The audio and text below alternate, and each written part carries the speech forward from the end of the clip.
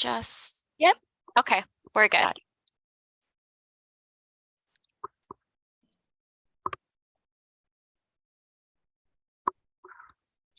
Okay, so here's the agenda for today's orientation. So we begin with some introductions. So give everyone a chance just to introduce themselves. And then I will be going over some accessibility overview, administrative overview. Our town planner here with us today, Natalie, will be going through some planning overview, and then I will be going through some conduct of meetings. I don't know why it won't let me.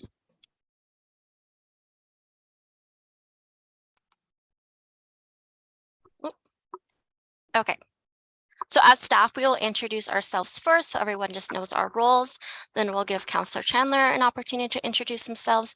And then all members feel free to share anything you would like to share with us today. So again, hello, my name is Serena. I'm the community coordinator. What that means, my role is I will be posting the agenda for everyone. I will be preparing the minutes after the meeting, and I will be distributing the resolutions when needed, etc. Greta, if you would like to begin. My name is Greta Sousa, and I'm the coordinator of legislative legal services. I am here to assist with anything for the committee today. My name's Natalie Stopar. I am one of the town's development planners, and I provide any site plans that are available to the committee for comments. All right, and hi everyone, my name is Amna Durrani. I am the legislative clerk for the town, and majority of my role consists of ensuring all of our municipal documents are AODA compliant, and I am the go-to person for any accessibility inquiries.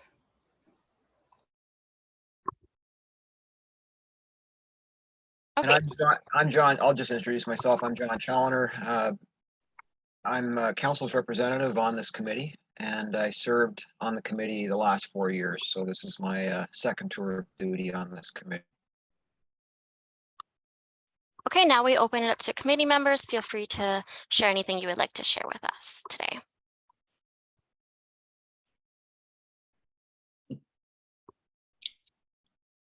I don't know. I've never done one of these Zoom calls before, so this is all new stuff to me. So also my first. An example could just be your experience with accessibility, for example, just anything you would like to share with us today. Nothing in specific, just a small introduction.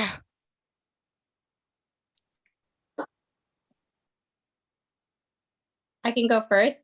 Sure, Carly, thank you. Carly. I'm 29 years old, and accessibility is super important to me. I am autistic and ADHD, and I find challenges in my everyday life. So I very much wanted to make changes to my own community. Thank you, Carly. Anyone else that's welcome to share? I guess I'll go next. I'm Paul Bertoya. I've lived in this town all my life and worked in this town. I'm 54 years old, and I'm retired now, but I've worked at Bill's Auto Body for 25 years. And accessibility is important to me. I'm paraplegic, have been for 35 years. So I've kind of been around town and seen everything, and that's about it. Thank you for sharing. No problem. Hi, I'm Nicole Murphy. I'm 33 years old, and I am really excited to be a part of this committee. I'm a person living with a physical disability in a power wheelchair, so I'm excited to learn new things and to provide my input of my everyday life. Thank you. Hi, everyone. My name is Sahar. I'm currently working as a behavior therapist and working towards my BCBA. I've been in the field for over six and a half years now. And yeah, I'm glad to be here. Well, thank you everyone for sharing, and a warm welcome to everyone. A little bit about the history of MAC. So approximately 21 years ago in 2022 of October, Town Council approved the establishment of MAC. February 23rd, 2003, Town Council approved MAC's terms of reference. Terms of reference is, for example, the role of the chair, quorum, attendance, etc. And I'll be going over this a little bit today. May 6th, the first members were appointed to MAC. On July 9th, first MAC meeting was held. Sorry, that should be 2003. And then September 30th, 2003, the first municipal accessibility plan was approved by town council.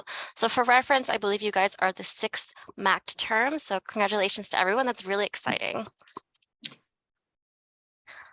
Also, feel free to interrupt if you do have any questions during the course of this meeting. Sorry, I forgot to mention that. So for meeting dates, of course, this meeting is virtual. We will be meeting quarterly, so that's approximately every 3 months.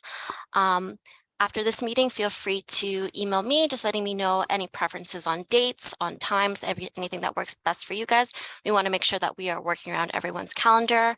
In regards to meetings being virtual or in person, we're obviously open to both. So feel free to let me know what everyone's preferences, and we'll be able to make sure we work around everyone's preferences. Okay. Some accessibility overview. So as you guys may be aware, the AOD standards mandate how organizations must remove and prevent barriers for people with disabilities. And it also governs how organizations can offer the services that meet the needs of all Ontarians. So I'm quickly just going to go through these standards with you guys. So we have the customer service standard. This removes barriers to people with disabilities so they can access goods, services, or facilities. An example of a barrier of customer service standard, a barrier that may be present is a physical barrier, such as there not being ramps, etc. Information and communication standards. So this makes sure there's accessible information to people with disabilities. Examples of accessible formats could be Braille, could be audio, could just be larger print, stuff like that. Transportation standard. So transportation service providers to make the features and equipment on routes and vehicles accessible. So this is stuff like ensuring there's a ramp. If there's a route where there's construction, plan around that, make sure there's another route to go through. Employment standard is hiring and employee support practices more accessible. So of course, this could be recruitment for hiring and then workplace accommodations as well. And then the design of public space standards. So this is new and redeveloped outdoor public space areas are accessible. So this could include things like parks, outdoor seating areas, accessible parking, etc. Okay, any questions so far? Are we still okay? Everyone's good? Perfect. So just the role of the committee members. So very much so keeping these standards in the back of your mind when within your role of committee members. So the roles are to advise town council on accessibility, to review site plans and drawings with the planner, assist in the town's accessibility plans. For example, we will have a ride share presentation later today. Advise council about the requirements of accessibility and the preparation of accessibility reports. And this term is with the term of council, so that is a 4-year term from 2022 to 2026. Natalie will now take over for some planning overview. Whenever you're ready, Natalie. Thanks, Serena. So again, my name's Natalie. I'm one of the development planners that works at the town of Milton. And one of the items that I work with the committee on a lot is the site plan applications. So any sort of development moving forward in the town for larger buildings, so not like a single detached building or townhouse, but larger buildings are required to get site plan approval. And we provide those applications to the committee to provide comments if the committee would like to do so. So the AOD Act does require that all site plan applications be required to or be provided to the committee. So it's my responsibility to ensure that any new site plan applications that the town gets in are available to yourselves to provide comments if you wish to do so. Through our site plan applications, there's a lot of requirements as to what we can provide comments on and what we can't provide comments on. So really, when we're looking at these site plan applications, we're primarily looking at the exterior elements of the building. So all of the kind of public spaces around the building that the public would interact with. Some of the items that we comment on are where are the buildings located on the lot, where are the parking spaces located at, walkways and stairs leading to the buildings, where are the exterior entrances of buildings. And then we also have some ability to comment on kind of the interior walkways and elevators and escalators where the public has access to. Some of the elements that we can't comment on through the site plan application. So these are kind of specified by the province through the Planning Act to say that we can't provide comments on is really the interior design or the manner of construction. So requirements for that kind of get into the building code and you know, the types of building materials that they use to construct those buildings, those sorts of things. Serena, next slide. So elements of the site plan that could impact accessibility and that are helpful for us to get feedback on from the committee are like where the buildings are located, driveways, entrances, curbs and ramps, parking areas, sidewalks, landscaping, fencing, and then lighting requirements as well. So these are all items that the developer would provide information to the town through plans, and that if the committee had any questions on or experiences that they'd like to kind of review those site plans and maybe provide some comments to staff, that's all information that I could provide you at these meetings. Next slide, Serena. So two elements that I thought would be helpful for the committee to know is the AODA Act does have a lot of minimum requirements for parking spaces, including the size of accessible parking spaces and the number of accessible parking spaces that need to be provided, that the town has incorporated into our zoning bylaw. And I believe Serena provided a handout to you as to what those minimum requirements are. So you're aware the town's zoning staff would be ensuring that each of these developments would be complying with those minimum standards that are in the AOD Act and translated into our zoning bylaw. The province has also incorporated a lot of accessibility standards within the Ontario Building Code that our building staff would be ensuring that each of these buildings are complying with through the detailed building review. And this includes elements such as entrances, ramps, interior paths of travel, so minimum widths, escalator, push buttons, interior lighting requirements, wheelchair spaces for inside gathering spaces, and then inside accessible washroom requirements. And our building staff did provide some additional information on what those Ontario Building Code requirements are, and those were also provided to yourselves for information. So just so you're aware, these are all of the elements that other members of staff within the town are looking at and ensuring compliance with at a minimum standard.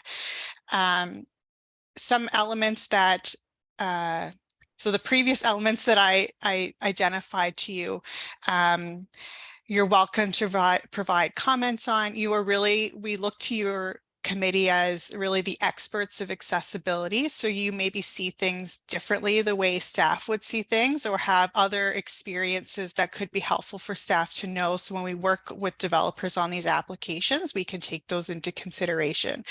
So each of these site plan applications, again, you're not required to provide comments on them. There might be some that you want to spend more time with than others.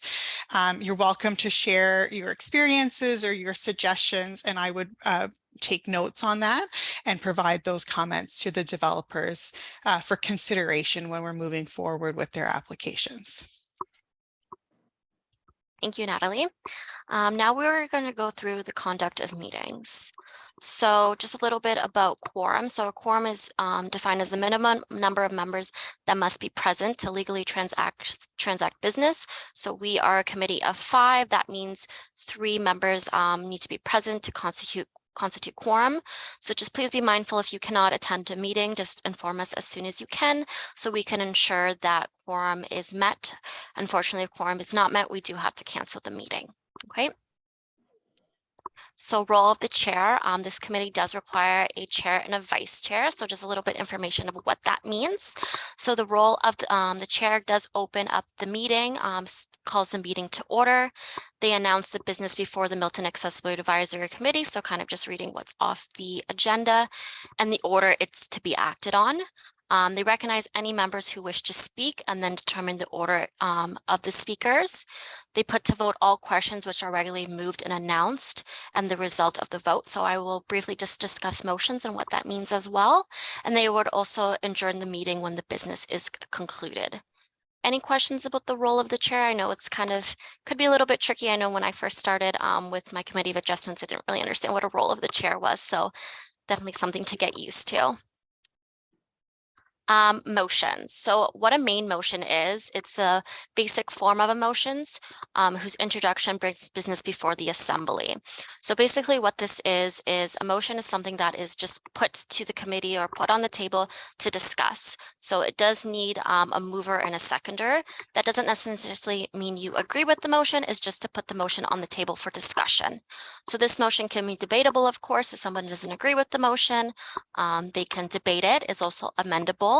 In order for a motion to be passed, it must have a majority vote. Therefore, if there's a tie vote, the motion fails.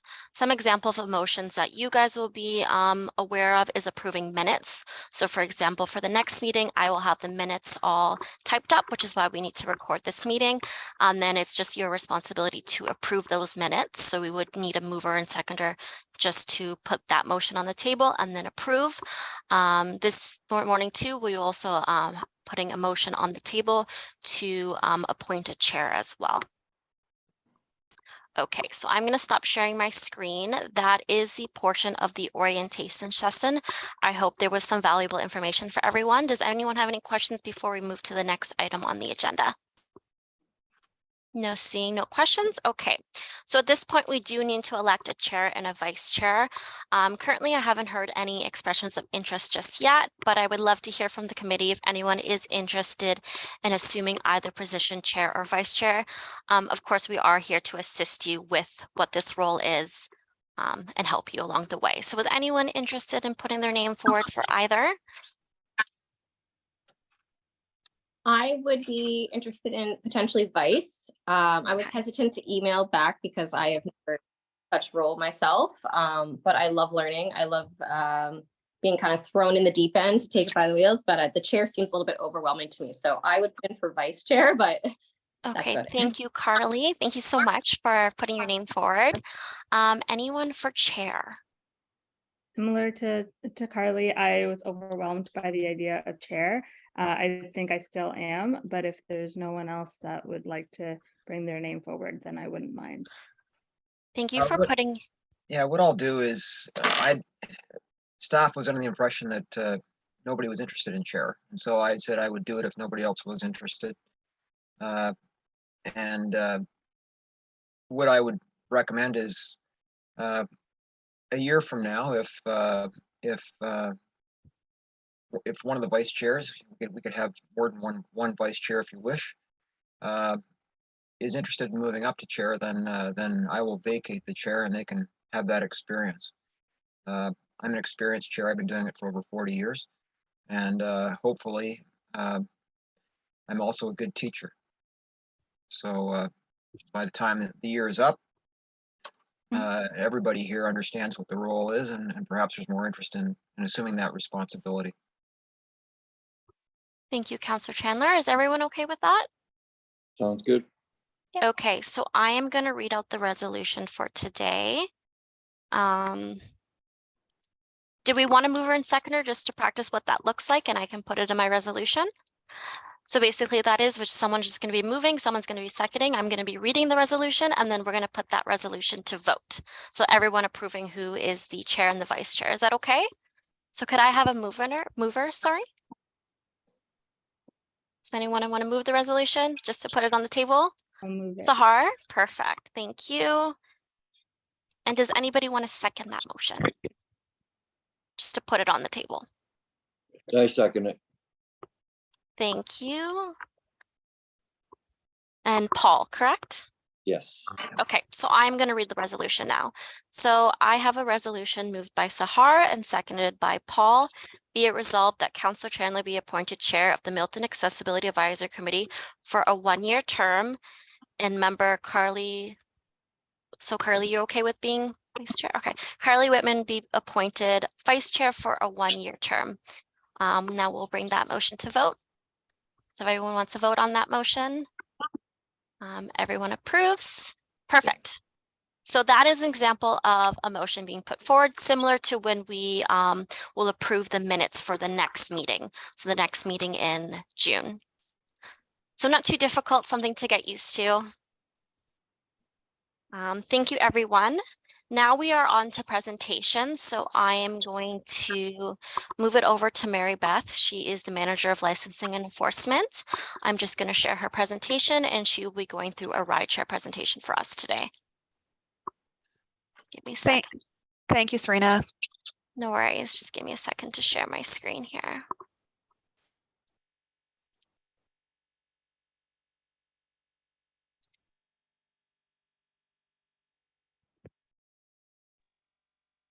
Okay, when you're ready, Mary Beth. Perfect. Thank you so much. So good morning, everyone, and thank you for having me at your very first 2023 MAC meeting. This is also my first MAC meeting, so I'm super excited to be here. My name is Mary Beth, as Serena indicated, and I'm the manager of licensing and enforcement here with the town of Milton. And part of my responsibilities is overseeing the application and enforcement of our business licensing, which would include our taxi and limo licensing bylaws, which I'm going to speak to you about a little bit this morning. So the town's Legislative and Legal Services Department has undertaken a review of our existing bylaw, which hasn't actually been updated since 2004. So it is well overdue for a revamp. What we are looking at is the inclusion of transportation network companies, which, if you don't already know, utilize technology through smartphone apps and GIS locations to secure ridership. Next slide, please. So the AODA does require consultation with MAC to introduce the changes, receive your feedback, and then move forward to bring our staff recommendations to council. When developing these licensing changes, we've also consulted with neighboring municipalities to see what other communities are doing right now with accessibility and ridership. We've also consulted with those industries specifically, so our current licensed brokers, as well as those key larger stakeholders like Uber and Lyft. We've also done public consultation, and we have met a number of times with our Milton Transit representatives. Next slide, please. So why are we updating the bylaw? As I indicated, it's old, so it really just needs to come to date. We want to reflect, the new and emerging business models of using applications in rideshare instead of the old school sort of dispatching through other means of technology that really I don't know what they are because they're quite old. We also want to level the playing field for some of the smaller stakeholders. We want to ensure safe transportation throughout our community. And of course, develop operational efficiencies to reduce the regulatory burden for those who are required to be licensed with the town. So we did do some public consult on this. We did it through our website. We had a total of 22 survey questions. We had 44 members of the community visit the site, and then 37 direct responses to our questions.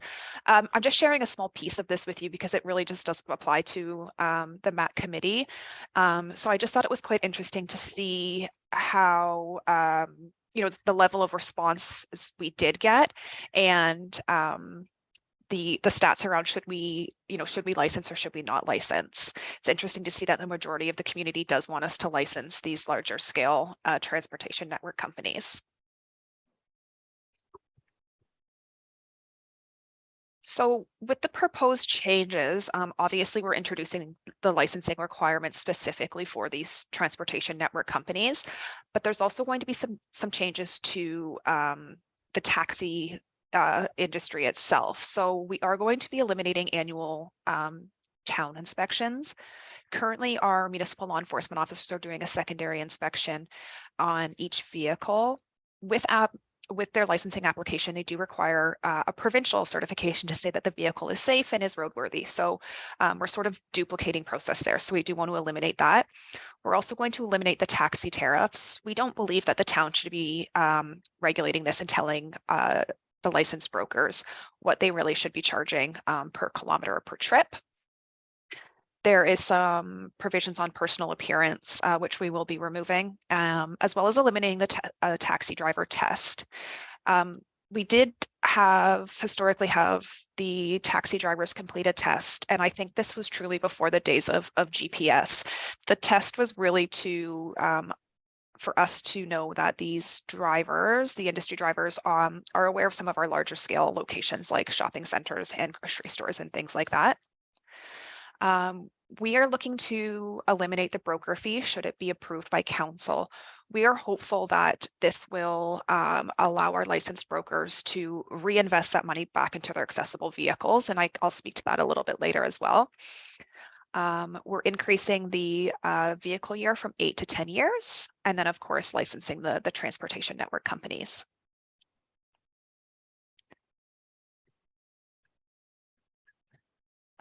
So as I indicated, our current bylaw does require any broker who has 5 or more taxis to have 1 accessible vehicle. The current bylaw requires our taxi drivers to provide us proof of accessible training, and as well as the wheelchair securement and restraint training systems should they be an operator of an accessible vehicle.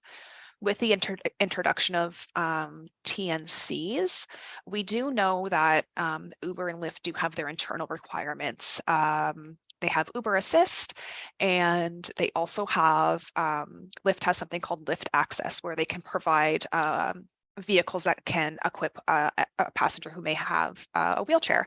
If anybody wanted me to circulate those links later, I can most definitely do so through Serena, just so you can really look at all of the requirements. There are a number of different things that are unique to each organization. Both organizations or businesses will provide a trip levy to a municipality. So that trip levy is given to a municipality to support accessible transit. It is a range of 6 to 10 cents is what we're hearing for each ride. And staff are in the process of determining meaningful ways that we can reinvest that levy back into accessible transit. So we have been working with Milton Transit to just sort of identify where this would best be placed and how we can better support that program.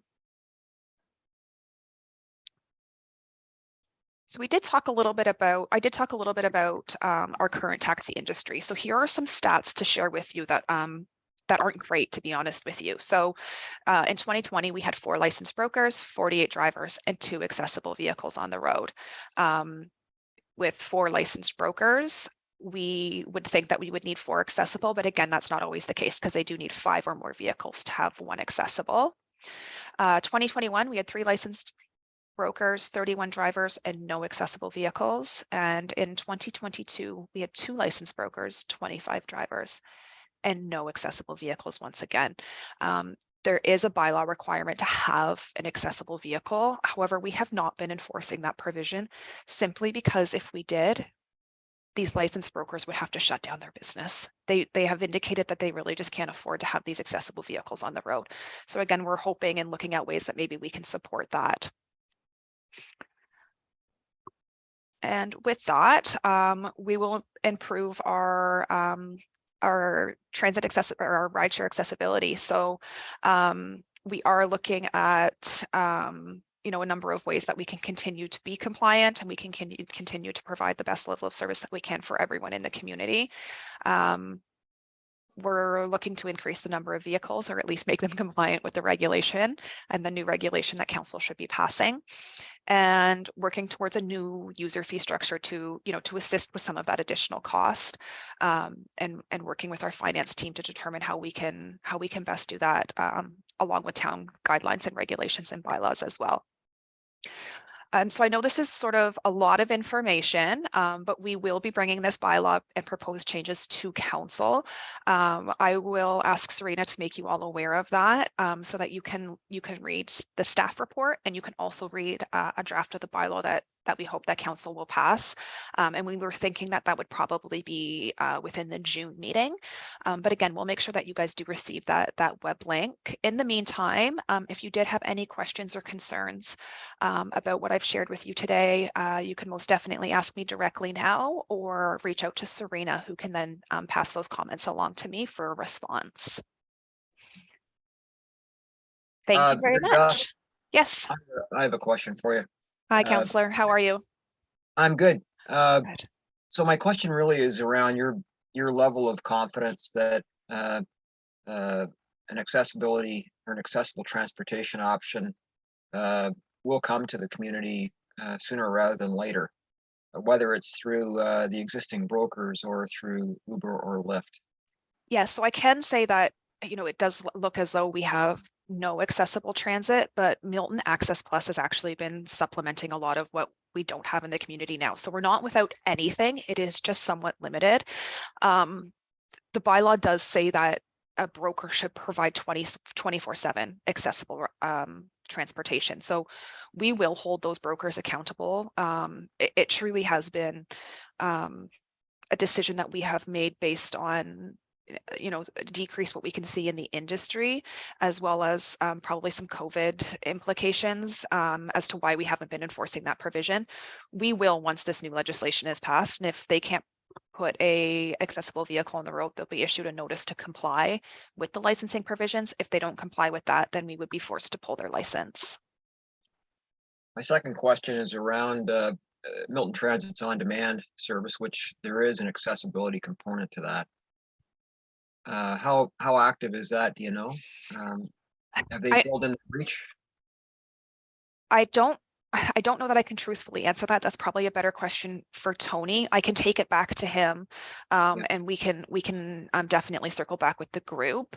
I know it's not a 24/7 service, that's for sure, which is why we're looking at reinvesting that trip levy to Tony's team so that we can increase those services as well.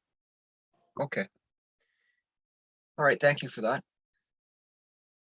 Serena, if you want me to start to chair the meeting, I no problem doing that because I see that you're next. So. Yes, please. Okay. All right. No other questions of Mary Beth? Anybody?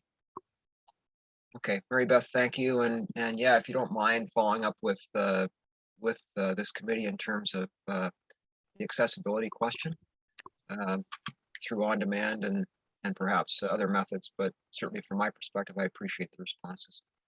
Yes, absolutely. I will do that. Thank you so much for having me today, everyone. Take care. Bye, Mary Beth. Bye. Bye-bye. Okay, so item 3.2 is National Accessibility Week, and we have a presentation from Serena. Thank you, Mr. Chair. Just going to share my screen. So as you guys may be aware, Accessibility Week is around the corner. So it's from May 28th to June 3rd.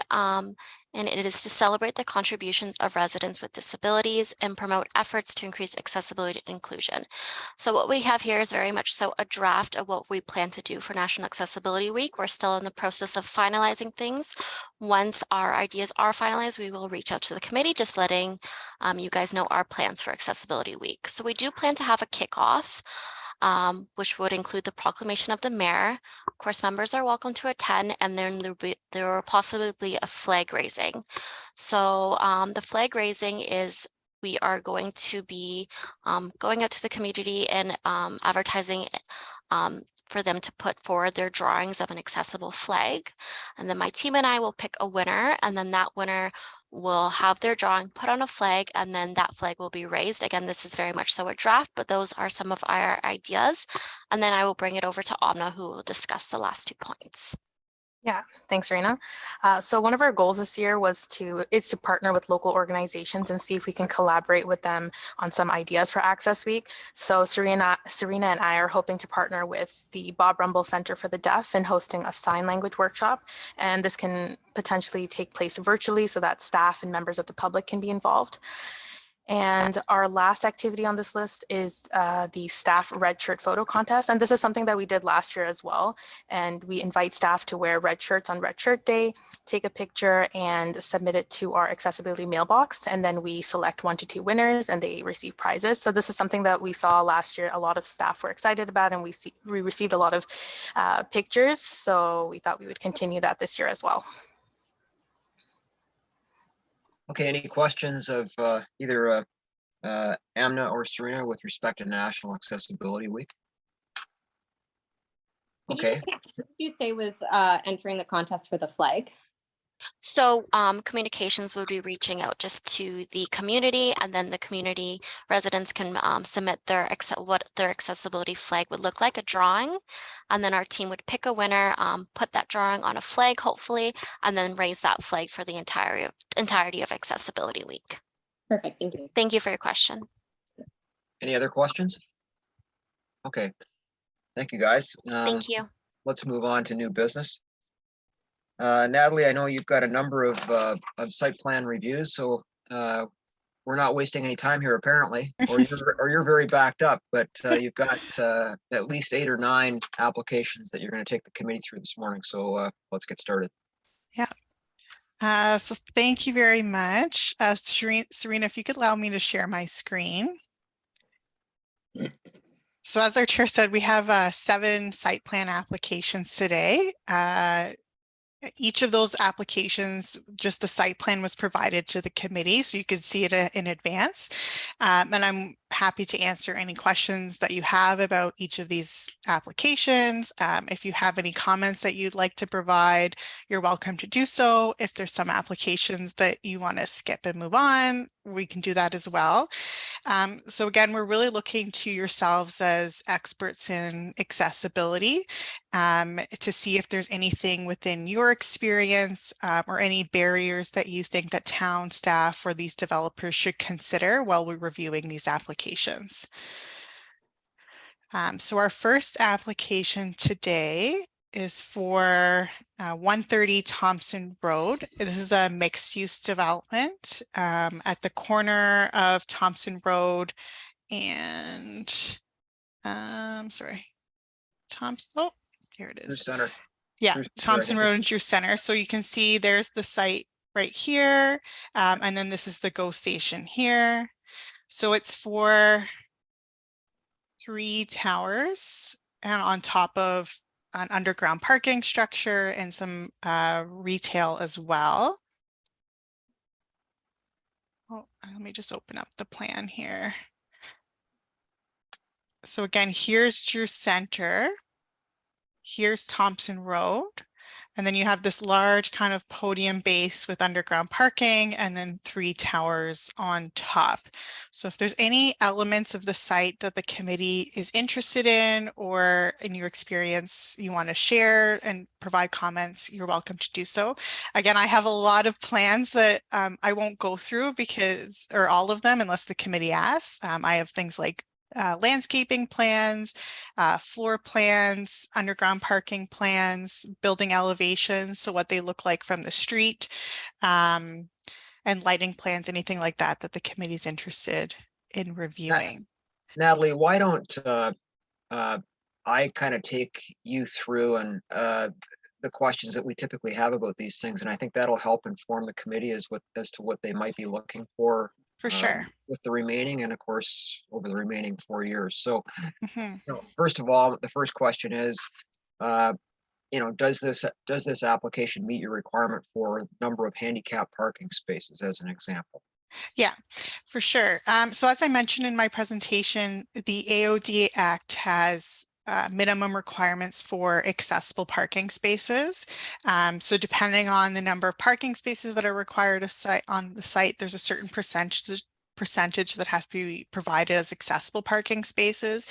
And through the AOD Act, there's minimum requirements for the size of those spaces and how they need to be signed, those sorts of things. The town has incorporated those requirements within our zoning bylaw. So our zoning staff do ensure that each of these sites comply with those minimum requirements. Like our zoning staff will actually count to make sure that they have enough and that they're sized appropriately. one item that the committee typically asks to see is where are those accessible parking spaces located? And are there any suggestions that the committee has for that? So in this case, the accessible parking spaces are primarily located within the underground parking structure. So if I zoom in here, we can see like there's two over here, there's one over here. So they're kind of staggered throughout the parkings or amongst the underground parking area. In this case, they are, so here's the underground lobby where you would take the elevators upstairs, and then that's where they have, so they have one here and one here and one here, and you can see there's a painted aisle, so painted on the concrete floor, that would provide an aisle to where this vestibule is for the lobby. Are they different sizes? Yeah, so there's two sizes of accessible parking spaces. There's what we consider a type A and type B. So there's van accessible spaces. So it's a wider space next to an access aisle. And then there's smaller accessible spaces that are typically the size of a regular parking space, but they're located adjacent to an accessible aisle as well to make it easier to come in and out. So the requirements is that they have to provide an equal number of both those type A and type B spaces. So the van accessible and not the van accessible spaces. And if there's like an odd number, like say they have to provide 11 accessible parking space, that extra space would have to be a van accessible space. And they have to be signed. So those van accessible spaces have to have a van accessible sign. Now, is that a different permit? So that is a van accessible permit. Is that different than a regular permit? No, so it's my understanding that if you have like an accessible parking space permit, you can park within either of those spaces. We just have to identify on a sign which of those spaces is van accessible so that it's clear to you if you do require a van, which of those parking spaces is larger. So like anyone with the parking permit can park in these van parking spots or no? Yes, yeah, anyone with a parking permit could park there. Yeah. So even if you don't have a van, you can park. If you have a permit, you can park in that spot. Yes, that's my understanding. Yeah. That's the problem. I have another question. Is there going to be any above street parking, or is it simply underground? Because I have been stuck in an underground parking lot with a wheelchair user, and the only option was to carry the wheelchair up the stairs because we were trapped. Okay. So wondering if there's any street access in case. Yeah, let me just zoom in here. Nicole, is that because there was no elevator in the underground parking? Because this underground parking does have an elevator. Yeah, so for this site, there is no parking at grade. So there's a lot of information on these plans. So there's a driveway that will come off Drew Center. So there's this driveway here that leads to the underground parking, but they have identified this drop-off area here. They haven't indicated whether this drop-off area is accessible. So I'm not seeing anything like dropped curbs or anything like that. So that's definitely a comment that we can provide to see if this drop-off area can be accessible. So if somebody doesn't want to go into the underground parking and utilize those accessible parking spaces, this might be an option for those quick drop-offs. But our chair is correct that for this particular site, all of those underground parking spaces will have access to an elevator that will bring you up. Any further questions on that, Nicole? Okay. So then the other common questions, Nicole mentioned, sorry, Natalie mentioned curb cuts. So that's another common question, whether it's below ground or above ground. Obviously, curb cuts are required. The other question typically is around a very obvious place for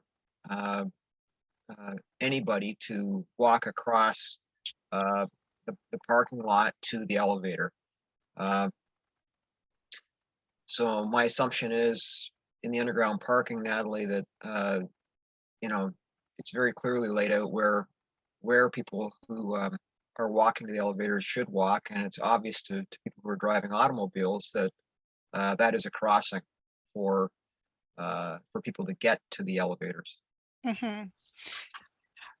So to you, Mr. Chair, they have identified through these painted lines where the aisles are adjacent to the parking spaces, but they haven't extended those lines across the interior driveways. So we could make that comment just to make it more clear when the residents of this building are driving down those aisles, that's where an accessible crossing would be located. Yeah. The other question that's commonly asked committee is around the push door openers. You know, are they in existence? You know, are the doors that are, you know, either above ground or below ground accessible? Mm-hmm. You know, automatically open, etc. So, Natalie, what do you know about the doors? Yeah. So all of the doors, our building code specifies a minimum number of accessible doors depending on the building type. So there would be accessible entrances required for a building like a higher density residential building such as this one. And there are requirements for like push buttons for that. I did, as part of that handout for the building code requirements, there's some information on there if the committee is interested, and that's something our building department would review through the detailed building review. But it is something that could be helpful if there's entrance that the committee feels would be a really helpful entrance to have as an accessible entrance. I can identify that and we can request that the developer make that an accessible entrance or ensure that there's an accessible entrance in that location, that sort of thing. Okay. Any questions on that from the committee? No. Okay, so the next thing, when we go above ground, a common question is there is a public sidewalk that leads to these buildings. And obviously at some point, you know, individuals are going to have to cross lanes, interior lanes. And so the question then is, you know, are there markings that help people who are coming to that building know where they should be walking, and also notify drivers that in fact they're crossing an area where pedestrians may be walking? Mm-hmm. So I'm just opening up the landscape plan here because it's often easier to see the kind of different materials that are proposed. Okay. So the main driveway entrances comes off Drew Center, and they are proposing to use different pavement materials for the driveway as well as for the sidewalk that runs through. So the sidewalk, I think this appears to be, just trying to see if it's labeled here. I think it's asphalt. Might be a multi-use trail. Oh. Mm-hmm.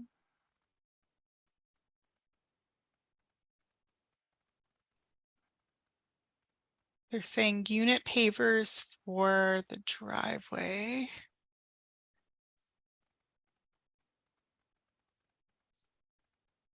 Yeah, I can confirm that with the applicant, but it appears that the sidewalk would be like asphalt within the location where it crosses. So it'd be a really clear distinction between where the driveway is and where the public sidewalk is. And then I think the final question typically is around access between the buildings. So sidewalk access that allows for, you know, an individual with a wheelchair, for example, to safely go between the buildings. So there's proper curb cuts, you know, it's marked, it's wide enough, etc. And of course, as you already answered, Natalie, all the buildings have accessible access through the doors. Mm-hmm. Yeah. So in this case, the area between the buildings is pretty heavily landscaped with different types of unit pavers. So I've added a note already for that drop-off area to ensure that it's accessible. It has like a drop curb or some sort of easy accessible access to the main entrance of the building. But I'll add an additional note to ensure that the area between like the pathways leading between the buildings is also with the grading is accessible. Okay.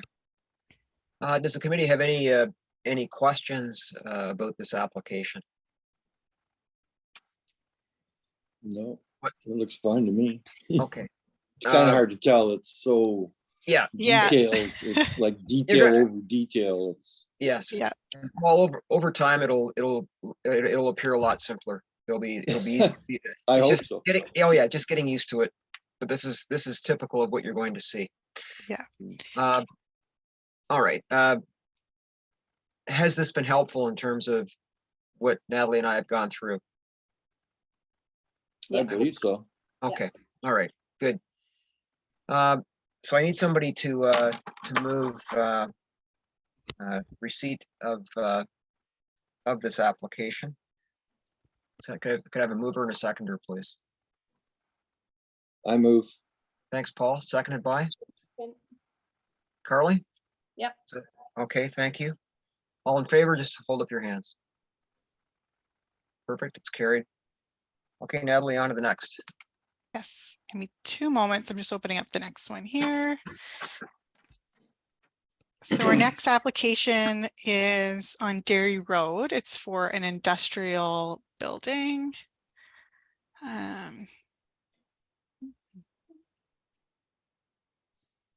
Is there any chance of getting any of these plans to actually like go over them in detail Yes, ahead so of time? so I did provide Serena with 1 copy of each of the site plans to provide yourselves, just to get an understanding as to what we'll be looking at for the committee. As you'll see, there's a plethora of other plans and lots of details that we receive from the developer. So if it's Yeah. also helpful, if you want to see like the site plan and like maybe the landscape plan, I could provide those in advance. But I'm trying to refrain from providing the committee with like 50 copies of each plan for each development, because that's a number, that's a lot. Yeah, I understand that. Yeah. Yeah, and you're welcome if you have, like, if you see the site plan from Serena in advance of the meeting and you're like, oh, that's a site that, you know, like would be interested in seeing the landscape plan or the Okay. lighting plan. That's part of the purpose of having me here, is that I can open that up and direct you to certain parts of the plan to take a look Absolutely. at. Okay. Yeah. Just opening up the architectural plans here. I believe she had sent us, I had gotten an email with the attachments, but when I went to go download the attachments, it said that I needed a town email to safely secure download them. So I wasn't able to actually acquire them. Okay. We'll take a look at that, Serena, maybe for the next meeting, to see if there's an easier way for the committee to get a copy of those. It did give an area for guest login, but like there's no way to create like a guest login account. Like there's nothing for me to sign into. So I was just a little confused on that part. Okay, well, the team will look at that for the next meeting. Yeah, so Nicole, just so you're aware, so typically prior to the meeting, I'll provide Serena with a copy of the site plan, such as what's shown on the screen right now. That just shows kind of an aerial view of the site and what we'll be looking at. So you have a bit more understanding as to what these applications are for. So for this particular application, it is for an industrial building. So this is an elevation here. And then it's part of a larger site with multiple buildings. So you can see Dairy Road to the bottom of the page. And then this is Fifth Line to the eastern side. But the site that we're looking at is at the bottom, right by Dairy Road. And this is a closer up image of that site. So you can see there's an industrial building. All of these arrows are for loading doors to the back of the building. And when you come off the site, off Dairy Road, there's this driveway in this darker color that leads to some parking spaces for the employees of the building. And typically these industrial buildings include an office area located to the front. And in this case, they've located all of their required accessible parking spaces close to that main door, which they've identified right here with the double door opening. And this one as well, they've made it really clear where those accessible aisles are and the drop curbs, as well as the signage for those parking spaces. And they've also very clearly labeled, as I mentioned before, to Paul, the type B and type A parking spaces. So those type A parking spaces being the accessible or the van accessible, and the type B being the slightly smaller ones. I think that's got to change.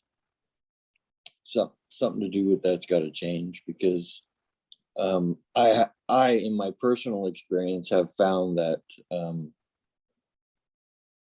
I'm having a hard time actually finding a wheelchair parking spot. Like even in, like, say, the Superstore, where they have probably 25, they're usually all taken up. And I have an idea in my head on how to change that, so that people with wheelchairs or vans that need the bigger spot actually get them. So just to clarify, is your challenge with finding an accessible parking spot in general, or finding those van accessible ones, Well, the wider spaces? I find that most of the wheelchair spots are usually taken up. Okay. Like, it's not that there's not enough, it's that there's too many people with permits almost now. Like, if it's hard to explain, or I'm trying to explain without insulting anyone, but yeah.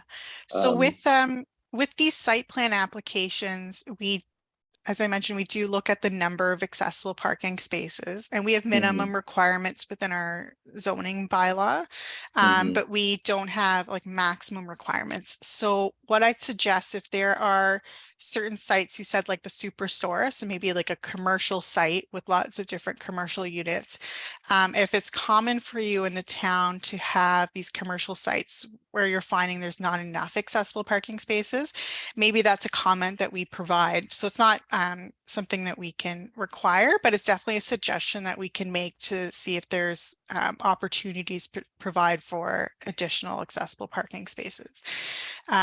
Again, like if there is a commercial site that we're looking at later in this agenda, if that's something that is a common problem, that we can definitely make a suggestion. Yeah, I think it's important to let Paul know that this is provincial legislation, not municipal legislation. Town of Milton has no authority to change the ratio between handicap parking spaces and regular parking spaces, or even between type A and type B. It's a provincial regulation. AODA is a provincial law. And so, quite frankly, one of the town staff can make the request, but the developer can say, well, the law says this. What you might want to consider, Paul, doing is writing to Parham Gill, who is your member of provincial parliament, sharing with him your concern and asking him to take it up with his government. And they may decide to on the basis of that request, revise the legislation.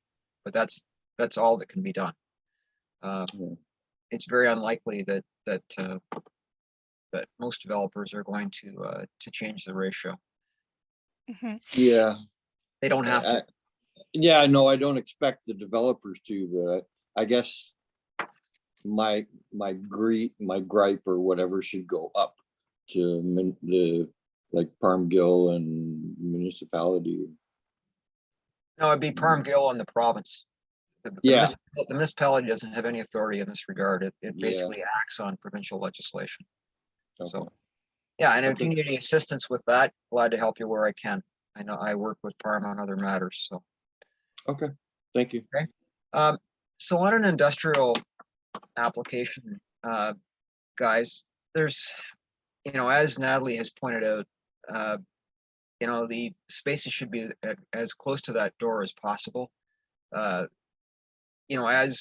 was made clear in the other application that we just went through, there needs to be, it's advisable that it's very clear where,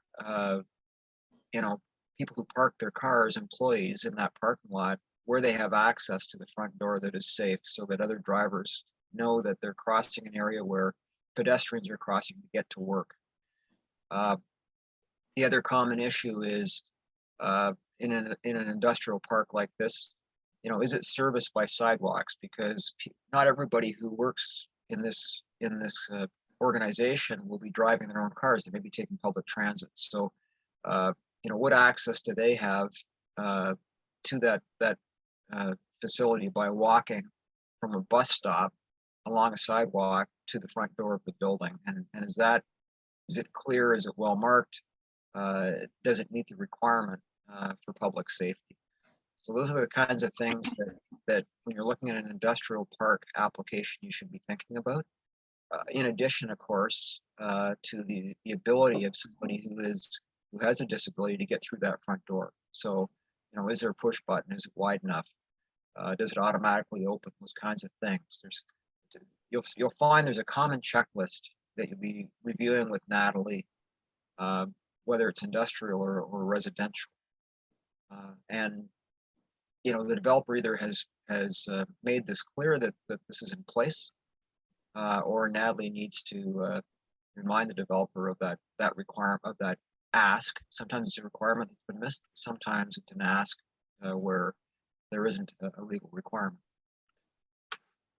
So Natalie, on the basis of those issues that I've raised, what does this application offer? Yeah. So for this application, they've clearly shown where the municipal sidewalk would be located. So it's just at the bottom of the screen over here. And they've provided for a concrete pathway that leads from the sidewalk to this primary entrance of the building. And that goes adjacent to these accessible spaces.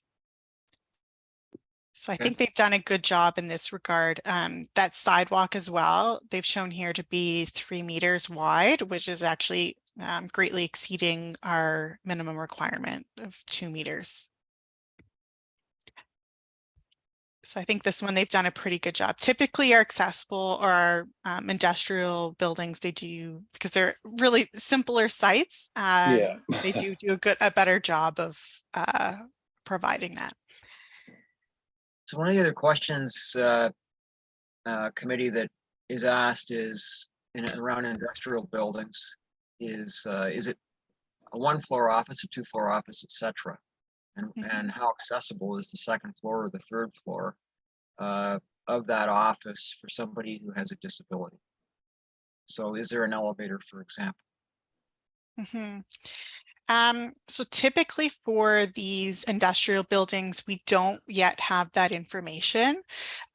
When these applications come through the site plan stage, they're often only coming in for the exterior of the building and the parking areas, and the interior of the building would be completed by the individual tenant coming in.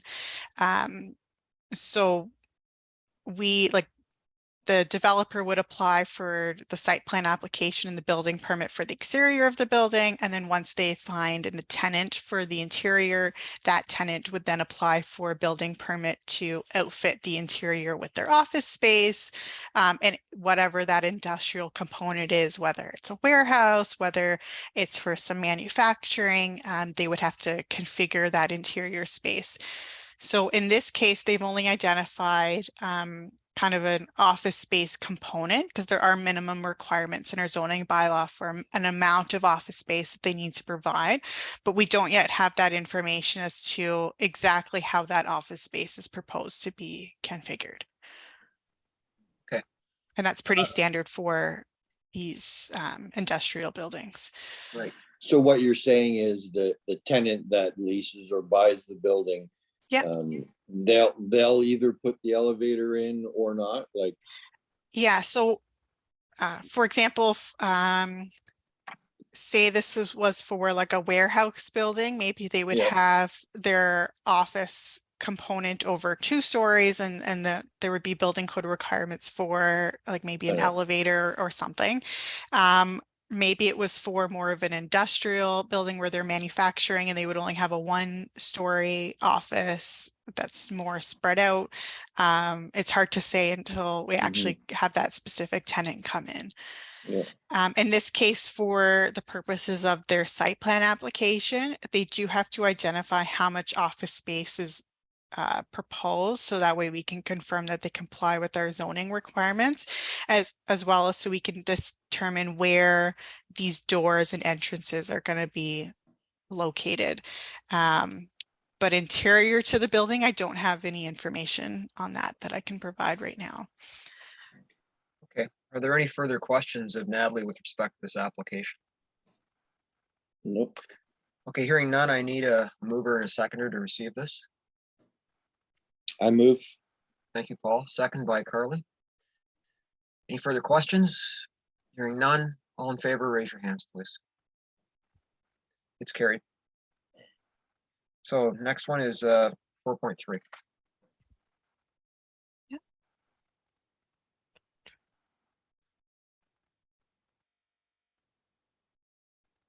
So this next development is on Main Street. It's for a mixed use development with it has 3 kind of taller buildings with some interior townhouses, and there's some retail as well proposed on the ground floor.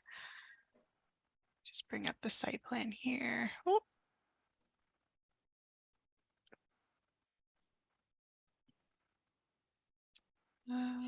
Just want to confirm this is the right one.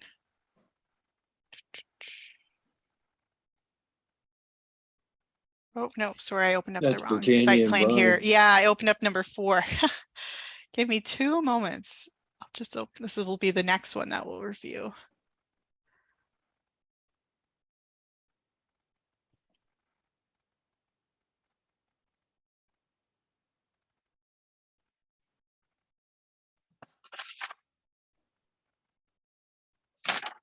Here we go.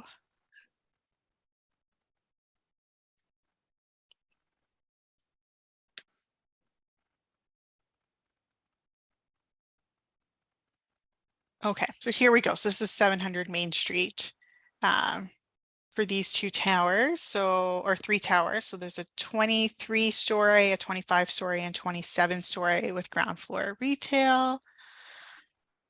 Just so you can see here. Our So little this town is is, growing up. yes, so this is Main Street, and then to the eastern side, you can see that's where the GO station is, the railway to the bottom, and then there's this extension proposed of Wilson Drive that would provide access to this site. Is that where the Reddit store is there now? That's Or correct. used to be Rona, or That's used to be right. Rona? Yes. Okay. Yeah. Before that. Yep. So let me just open up the site plan here. Oh, lots of plans.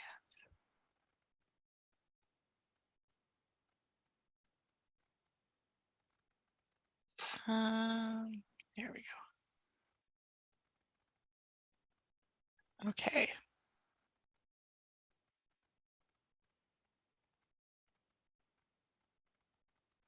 Oh, sorry, this was taking a long time to load. So here's Main Street, and then you have the proposed extension here.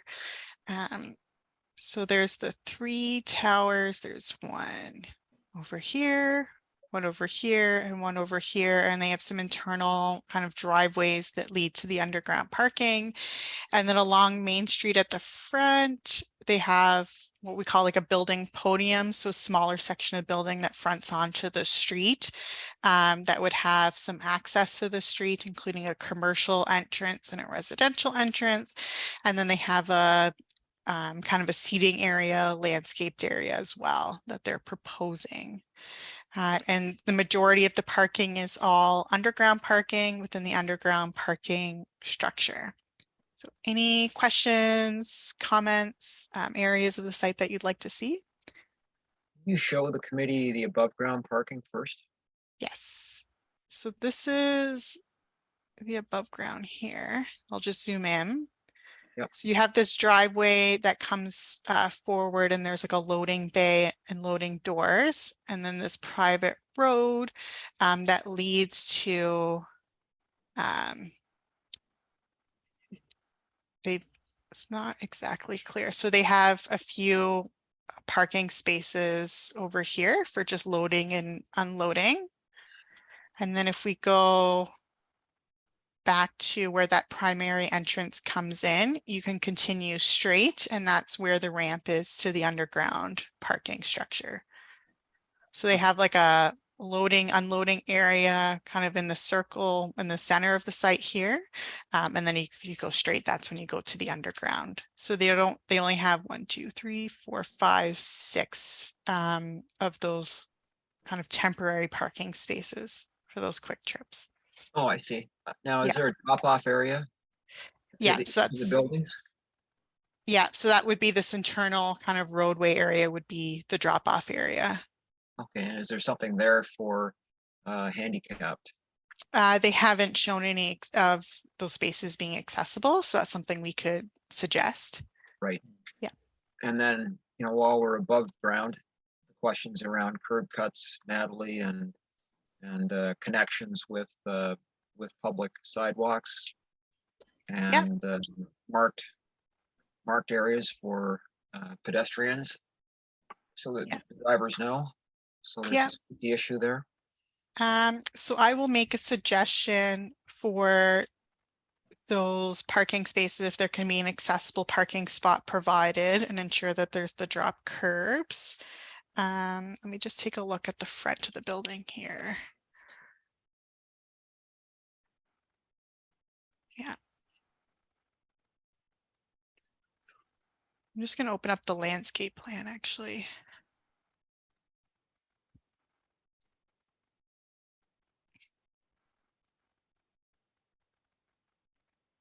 I don't know if that helped or not. Here we go.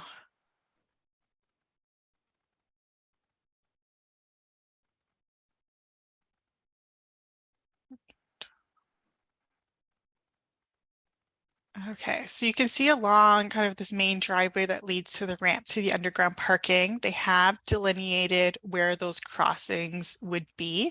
They haven't shown the drop curbs though, so I can make that suggestion. Sorry, I'm just taking a few notes here. And the other And then issue- interior to the site, where I said there's going to be that roundabout area with the parking.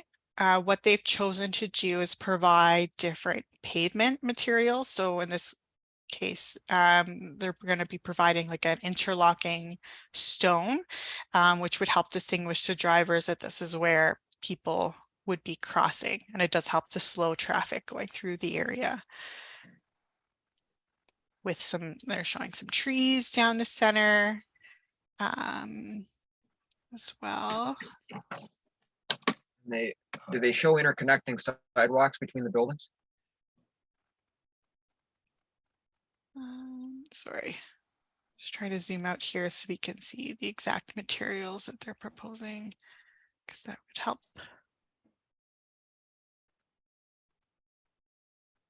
Topsoil, river rock, precast concrete pavers, and then there's concrete as well.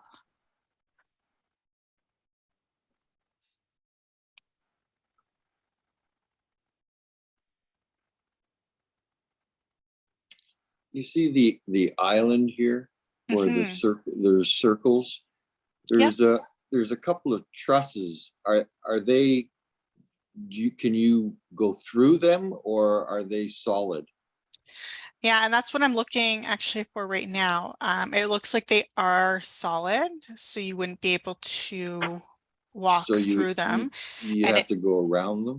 Yeah, it doesn't look like there's a clear path to travel if you were to go from the building to the east to the west or vice versa.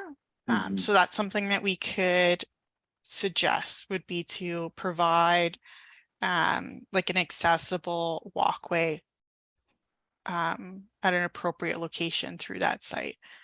Because I'm not seeing any, these are, so all of these kind of little dots and lines in the interior are actually all different types of plants that are proposed.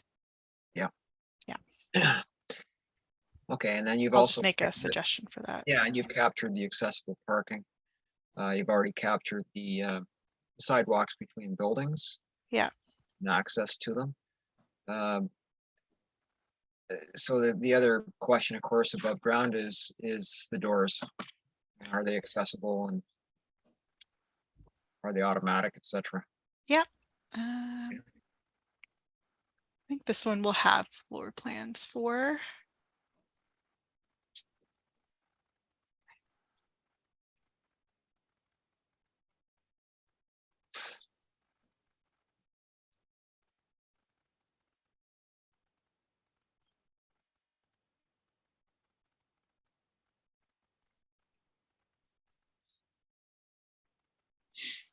Here's some of the underground parking.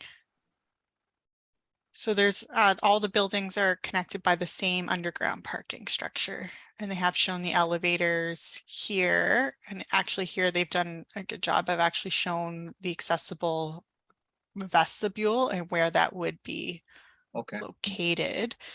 And this one as well.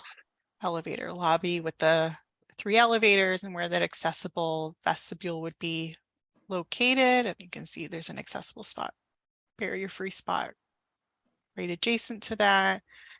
So I'm just gonna see if we can see floor plans as well. Yeah. So they have shown where the building entrances would be with these red triangles. So there's a main commercial entrance and residential entrance. Yeah, so a few different residential entrances through the site. So again, the number of those entrances that would be required to be accessible will be determined by the building code. So I can just add a comment for building staff to take a look at that and ensure that those are accessible, particularly the main entrances. Does the committee have any questions about above ground before we go below ground? No, looks fine to me. So let's go into the underground parking then. Yeah.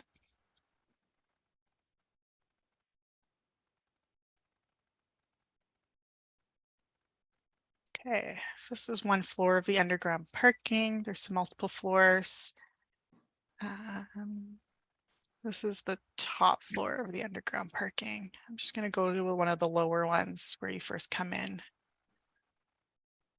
Oops. Floor plan P4. Oh no, sorry, that was the P1. Okay, so this is where you come down. So they have shown the vestibules. I'm only seeing the one accessible parking spot. Oh, and there's a second one here. Third, fourth. Yeah, so one of the comments, committee, that you should be asking in this case is, have they met the minimum requirement in terms of the number of spaces? Are Mhm. those spaces as close to the elevator lobby as possible? And is it clear how somebody with a disability gets from their parking space to the elevator lobby? So Natalie, we're in a case where you've got multiple floors of parking serving 3 buildings. Mhm. Does it make sense to have the parking, the handicap parking, all on one floor, as close to the elevator lobby as possible, and as convenient as possible? Which means that a handicap van, for example, only goes down 1 floor, as opposed to continuing to look for spaces, on 3, 4, 5, 6 levels. Mhm. And I agree. I think that's a great suggestion, is to provide Yeah. them all on one floor and on that first floor that you're coming into. So it's very clear where those accessible spaces are. And to distribute those spaces kind of close to, in this case, there's 3 different kind of blocks of elevators that would lead to those 3 different buildings, and maybe to distribute those closer to each block. Right now they're showing, some of the accessible parking spaces, but they're not, I don't think, as close as they could be to those elevator lobbies. So for example, for this kind of southern tower, you have the elevators in this section, and the accessible vestibule here, but the accessible parking spaces are a bit farther. So there's one here, and then one all the way over here. So I think it is a good suggestion to have them more clustered towards those accessible elevator lobbies. And for example, for this block, I'm not seeing any, or for this tower, even though they have an accessible vestibule for the elevators, I'm only seeing the one accessible parking spot right here. And there's not really a clear path of travel for how you would get from this accessible space to this vestibule. So I think that's definitely something we can work on with the developer. Yeah. So committee, I hope that that's helped you to understand kind of what you need to be looking for with these applications. Mhm. And while we are an advisory committee, my experience has been that between planning staff and the developers, they tend to listen pretty closely and are pretty good at making these revisions. So don't hesitate to ask. And these are the kinds of things you should be asking about. Is there any other questions that the committee has about underground in terms of accessibility beyond what we've just discussed? No. Okay, good. hearing none, then let's move on. I need a mover and a seconder for 700 Main Street. So I'll move it. thank you, Paul. Seconded by Second. Carly. Thank you. Any further comments or questions? All in favor, raise your hands. Thanks very much. Okay, so let's move on to 4.4. Okay. So this property is at Bronte and Britannia. So this is the one I opened before.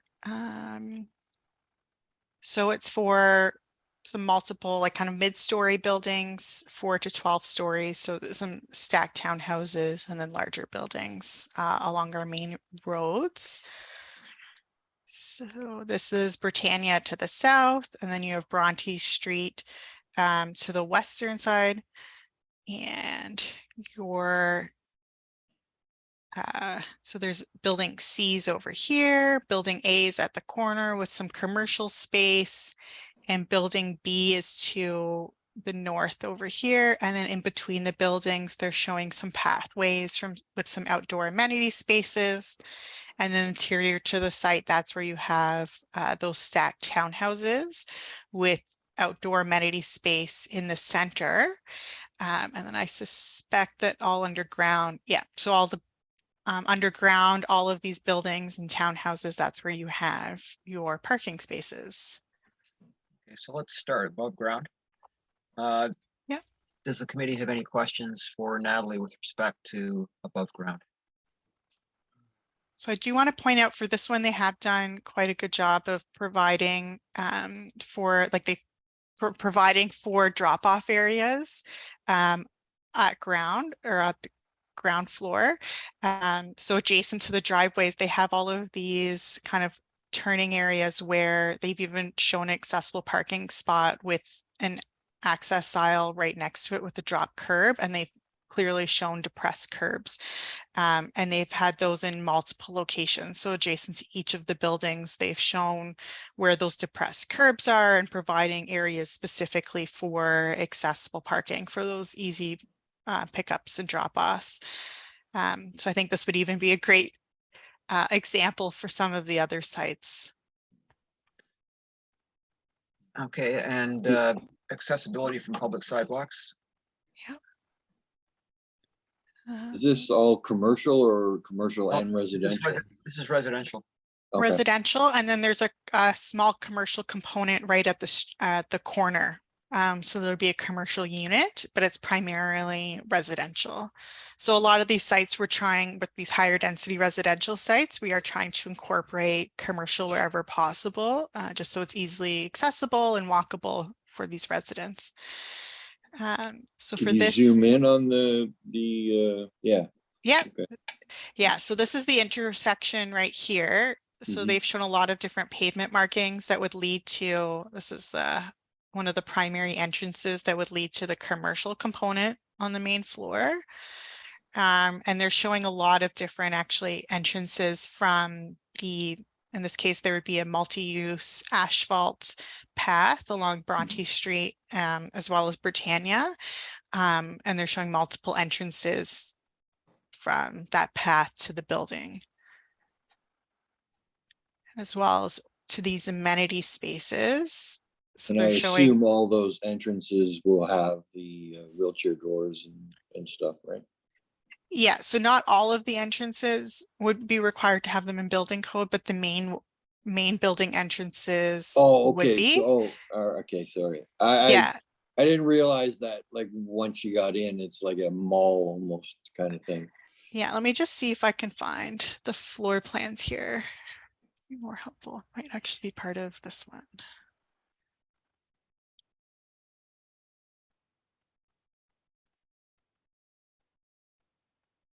Ground parking. Oh, here we go.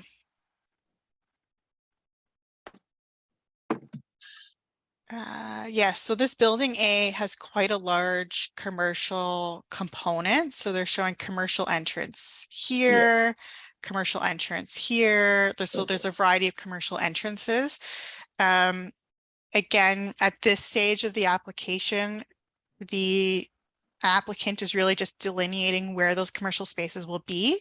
And then once the building is a bit farther down the line and they've started construction and they're starting to get those commercial tenants, then those commercial tenants would come in to delineate that interior space through interior building permits. Yeah. So we don't have any information now as to how that commercial space would be arranged. That would all come at a later stage, but they have shown where that commercial space would be, where those commercial entrances would be, and where those residential entrances would be as well.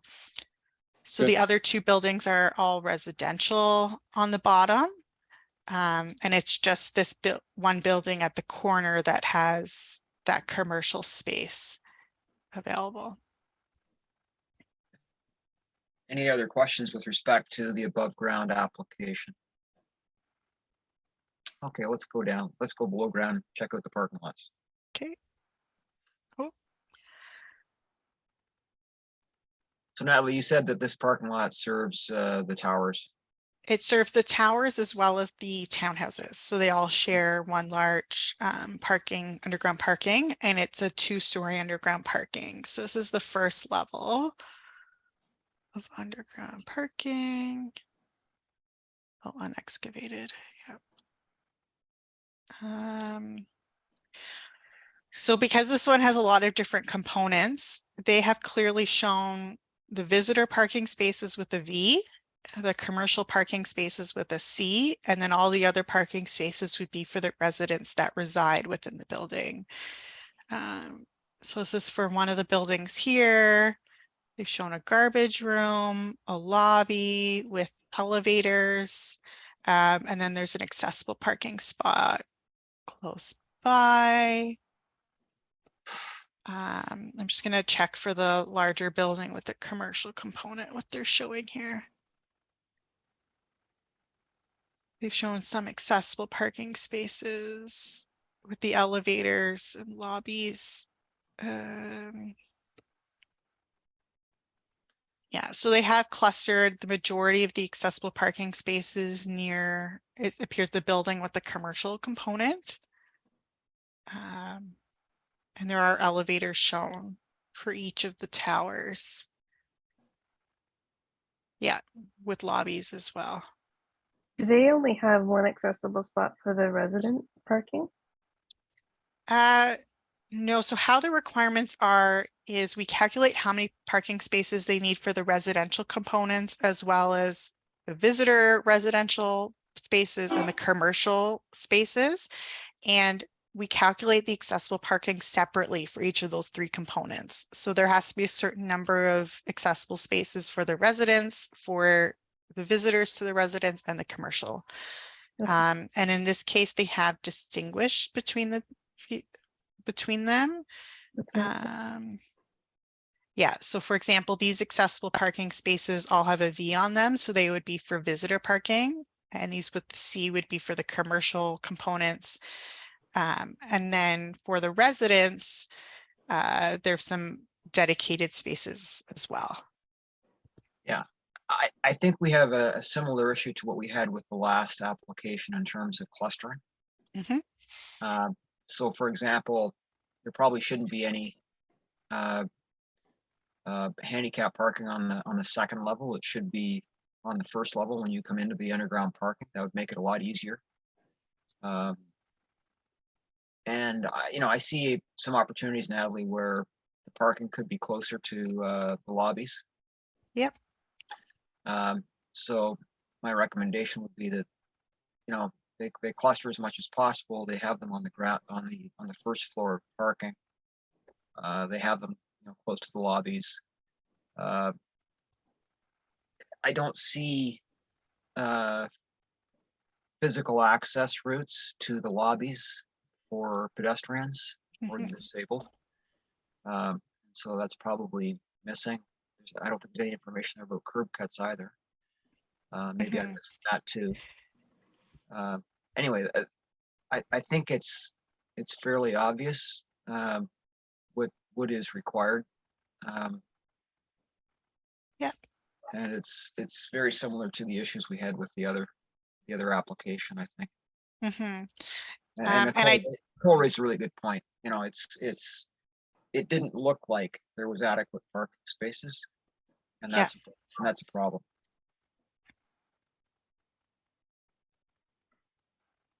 And it's just because I think they've split it between two floors.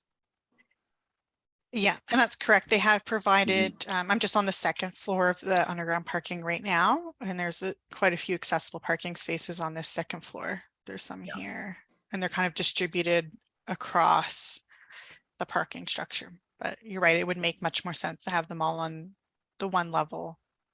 Yeah, Close to the elevator. Yeah. Because you've got three different, you're serving three different types of handicapped user, a visitor, a resident, and a retail user. There's gonna have to be very clear signage. Yeah.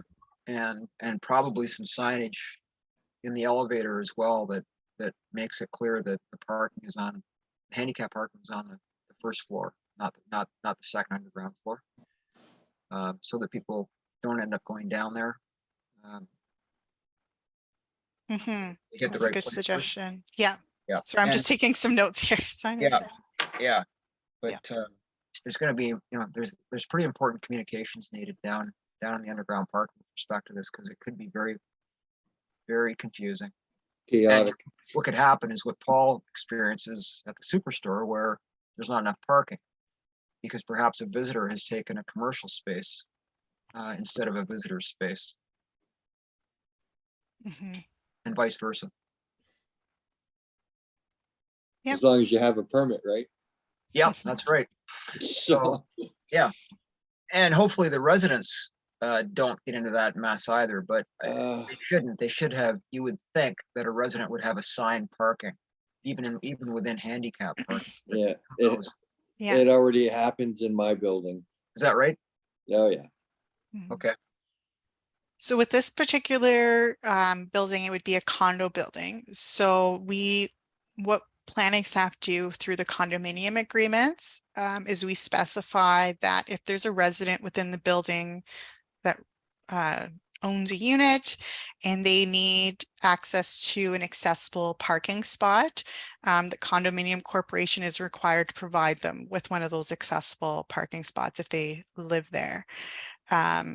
Really? Yeah, so it is because it is gets a bit complicated with these condo buildings, and when someone purchases a unit, they also purchase a parking spot. But Yeah. when the original residents purchase a unit and a parking spot, if that unit gets sold in the future and that future resident requires an accessible spot, it might already be occupied by someone else. So the condominium corporation needs to switch it and provide them with that space. So we do try and within our new condo buildings specify those requirements within the agreements for the corporations. I guess it's too bad I live in an old condominium then. Yes, that with the older buildings, we didn't have those same accessibility requirements that are currently established in our AODA Act. So it definitely makes it a bit easier for staff for now to require that those accessible spaces are available. Yeah. We even have some old condo buildings, Paul, that don't have elevators from the underground parking to the residences, which is a problem. Mhm. No, we don't That's the way either. they were built. Yeah. Okay, does Yeah. the committee have any further comments or questions of Natalie with respect to the underground space? Okay, let's move on then. I'll need mover and a seconder for receipt of 4.4. So I'll second it. you'll second it, and Carly, you're gonna move it. Okay, all in favor? Raise your hands. Thank you. All right, 4.5. We're almost finished, guys. Okay.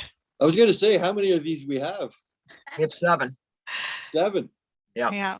But it'll go a lot faster in future meetings. I think everybody is getting the hang of it, and Yeah. there's some common questions. And So, like I said, if I could get, some of the plans beforehand, I'll know exactly, what to ask or, Mhm. Yep. things that I've seen studying them, because you can't look at them this quick and, Exactly. it's hard. There's so much on them. Yeah. So again, I'll work with Serena. So for the next meeting, you have all of those in advance. And if you have any issues opening them, if you could let Serena know, and I can provide you with that information directly if you have an issue with it. Okay. And we can go from there. And again, I'll just provide you with the site plan, and then we can I can show you any other information at the meeting if that's relevant. So for this application, I'd also want to make a point that this is our first meeting of the year, and we always do get quite a number of applications submitted at the end of the previous year, at kind of at the beginning of a new year. So these meetings, we always seem to have more site plan applications submitted at, the first meeting of the year, and less so, and by our December meeting, we'll have not as many on the agenda. Okay.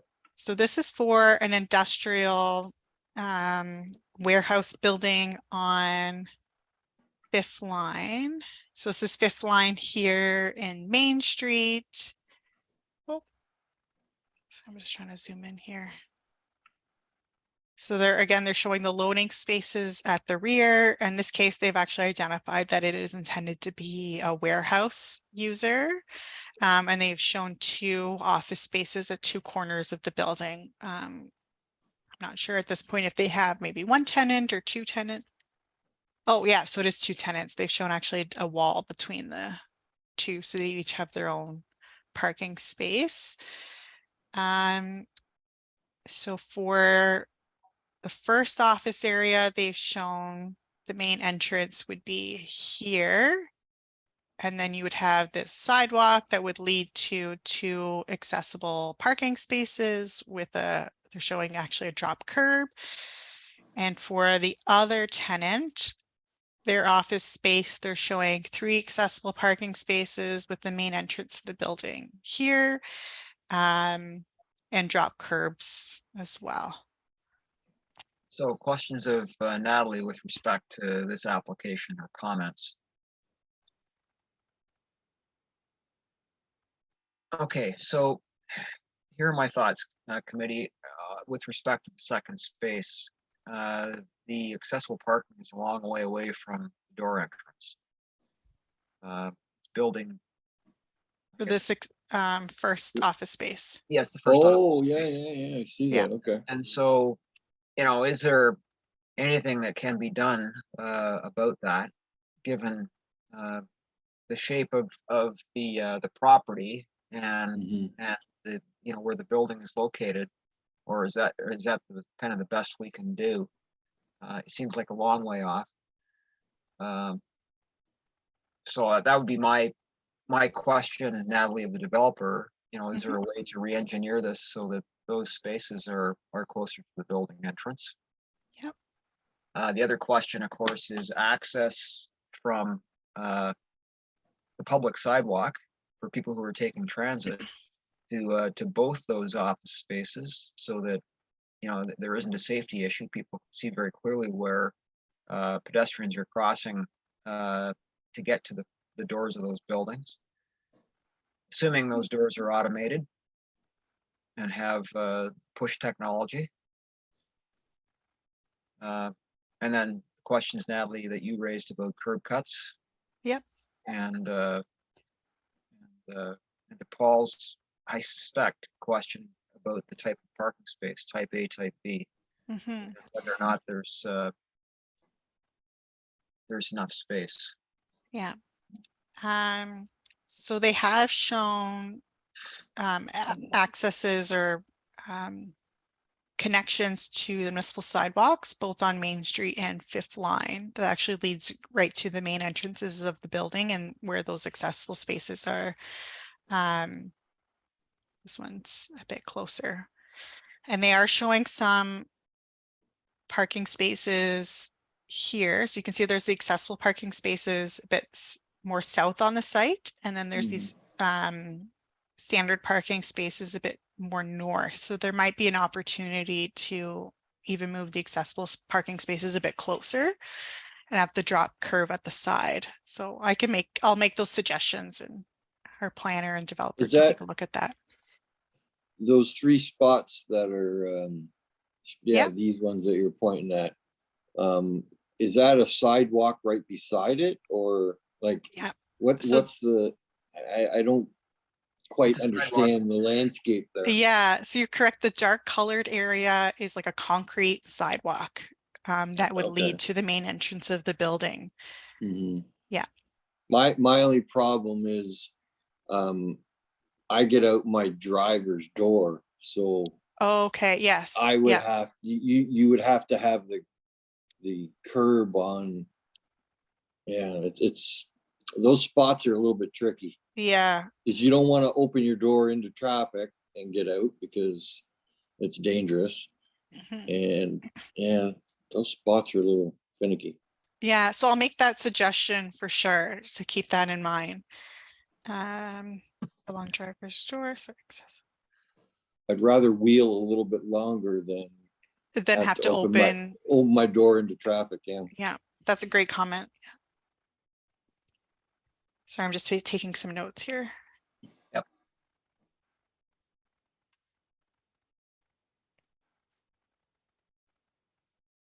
There is potentially some space available. It's pretty closer to the door, where you've got a very wide concrete area north of the the vertical parking that you've got there. Mhm, So that may be a possibility, but anyway. mhm. Yeah, Paul, we can get them Paul, to look at that. Yeah. Okay. Are there any further comments from the committee about this application? No. They're only above ground parking, no wonder. That's correct. So it'd all be above ground for the site. Yeah, typically for a warehouse, it's all above ground. This is part of the Dairy Green complex, Mhm. Dairy Green Business Park. Yeah, I'm sure you've all noticed a lot of construction along that area. Yeah. Yep. Okay. Can't believe it. Mhm. Let's move on. So I need somebody to move receipt of this application and somebody to second it. I'll move. All right, thanks, Paul. Seconder. I'll second. Thank you, Carly. Any further discussion? All in favor, raise your hands. Thanks very much. Okay, 4.6, squeezing line. Hmm. This So is Orlando second. Corporation, right? No, this is actually for an addition for a place of worship. Okay. All right. So this Oh. is an existing building.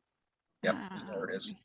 Yeah, this is an existing building that they're proposing some addition to the front and the rear of the building. And there's existing parking areas as well that I've had some discussions with the planner working on this file. And they will be required to make maybe some changes to the configuration of this parking to help with the flow for attendees going in and out of this site. Because it's a place of worship, everybody comes at once and leaves at once. So we're trying to improve that circulation as much as possible. So in this case, there's a squeezing line over here, and they're looking at providing a sidewalk connection and a painted pathway that leads to where the main entrance of the building would be. And they have a cluster of accessible parking spaces right near the main building, so off the main driveway. Here, they're showing 1, 2, 3, 4, 5, Where's 6, the main 7. entrance? Let's see, new concrete, mezzanine. The second story addition, I think, is where the entrance is. See the front? Mm-hmm. You- They haven't clearly shown it. I'm just gonna see if they have a floor plan here. It's currently at the front of the building. Yeah, and I wasn't sure if they were, because I thought they were reconfiguring multi-purpose room. This is the basement. Okay, so this is the main. Yeah. Oh. Sorry, I'm having. Da, da, da. There we go. Office. Okay, so this is the main. Oh my goodness, I don't know why it's not letting me zoom in. Yeah, it faces a squeezing line. Yeah. Yeah. So I don't know why it's highlighted, but this is the front of the building here. So this is the main lobby that they have. Yeah. Yeah. And the parking and the wheelchair parking is down on this side over here. Right? Yeah, so that's correct. So why wouldn't they put it in front, right in front of the main entrance? I just. Yeah, that's a comment we could make, that if you think it'd be a better location. Is there over not here. enough room? I don't know, like. There is, Paul, for sure. Yeah, it looks like there would be enough room. So they've shown angled parking, which is typically provided where there's a more narrow driveway entrance, or narrow aisle. But they can take a look at that. There's also these parking spaces over here, which might be not a bad location to provide an aisle. Yeah, it's definitely a suggestion that they can take a look at to see if they have enough space to move them closer to the main entrance of the building. Mm-hmm. Yeah, I'm not sure if there would, like, if you would get the same amount of spaces in front as you do on the side with the room that's available. Yeah. No, And it's again, something to look with at. this one, like, we are making quite a number of comments on the configuration of the parking. So this is a great time be providing that comment. So when they're looking at the layout of these parking spaces, maybe is there a better location for them to put those accessible closer to the main entrance? Yeah. Yeah, and so then when they do that, then regardless, there needs to be clear path to that front door. Yeah. That front door is automatic. Assuming. I assume so, but I'll add a comment as well. Yeah. Yeah. It's got the push technology with it. Today, I don't know if there's a sidewalk today at that location, like a public sidewalk. I don't think there is. I don't think so as well down this portion we're squeezing right now. Ditch. I'm pretty sure there's still a ditch along that street. Yeah, so it is showing like a swale. Yep. Yeah. Yeah.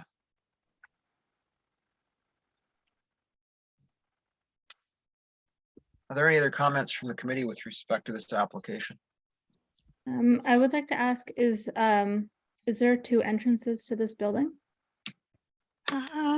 I think there's another entrance to the rear. Let me just check the floor plan here again.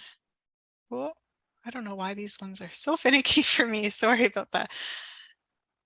No worries. So there's a prayer hall near the rear. Oh.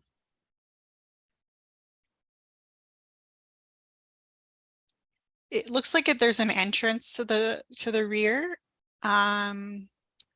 I'm not sure if it's intended to be, oh, they're showing a new side lobby on the side. So that seems like there's a main entrance. There's a new lobby that they're proposing at the front of the building facing a squeezing, and then one off the side over here as well, which would lead to the prayer area over here, as well as some community spaces interior. Would there only be the one prayer room, or is there maybe 2? They're showing a prayer hall, the one here, a gym space, meeting rooms, youth centers. Let's see if the multi-purpose room, libraries, new hall. So based on their floor plans right now, it just looks like the one prayer area. I'm not sure if there's plans to kind of delineate that into smaller spaces. The floor plans right now are just one large one, and they've likely shown that because when we calculate our parking requirements for these prayer areas, it's calculated, or for these places of worship, it's calculated based on the size of the prayer area together. So they likely needed that number. Okay. Yeah. Just curious. So are you suggesting that they split the handicap parking between the 2 entrances? Yes. Okay. Yeah, one entrance is for women, one entrance is for men, correct? Correct. Yeah. Okay. All right. So that's I think a good suggestion that they split the handicap parking requirement between the 2 entrances. Okay. It's a good comment. I'm sorry, I'm just taking a note here. The current side parking spots, where are those in relation to this new side entrance? Like, yeah, it's towards the back of the building. Okay. Yeah. So the new entrance, I believe, is somewhere like in this location. Yep. And then there's the other entrance in this location. So there's definitely opportunities to move the accessible parking closer to both of those locations and to split it up. And if possible, to add an additional accessibility parking, making it 4 on both ends. Okay. Any further questions or comments? All right, let's move on. I need a mover and a second. I'll move it. Move, yes. I'll move So it. you want to second it? I'll second it. Okay, thank you. Any further questions or comments? All right, hearing none, all in favor, raise your hands. Thanks very much. The last matter, Natalie, 4.7. Yep.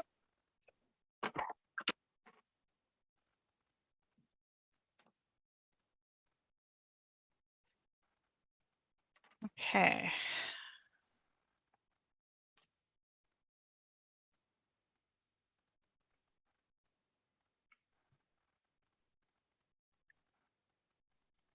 So this is our last site plan today.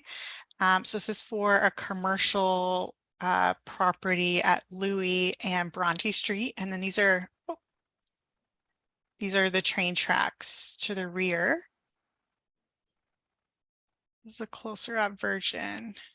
So you'll see there's an entrance proposed off, or driveway entrance off Louis, and then one off Bronte Street, and then one farther south off Bronte Street. So kind of a more main entrance, and then a secondary entrance to the south.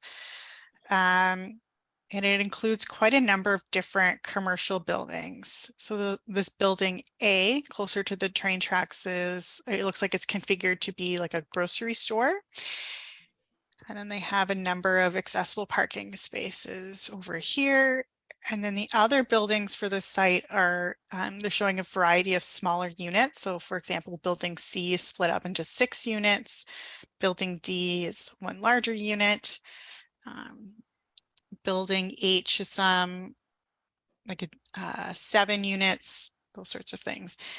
So again, the developer at this stage would just be arranging those buildings in the parking areas, and then each of those commercial tenants would be required to apply for a building permit for the interior of those units. So I don't have information on what all of those users would be at this time. Any comments, questions? Oh, sorry, I should have pointed out as well. They're showing one drive-through as well in this location for this unit. Questions from the committee? All right, so the obvious things, guys, around, curb cuts to the sidewalks that serve these buildings.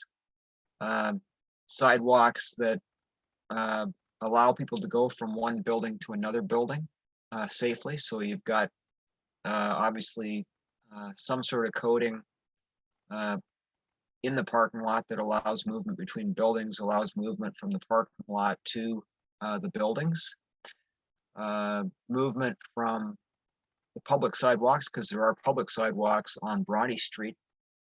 Not sure if there's public sidewalks yet on Louis Saint Laurent. I think there is for most of it. Mm-hmm.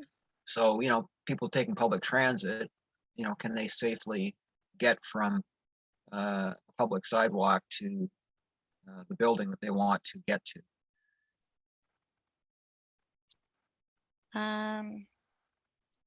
Yeah, just give me 2 moments. I just want to open up the landscape plans here as well.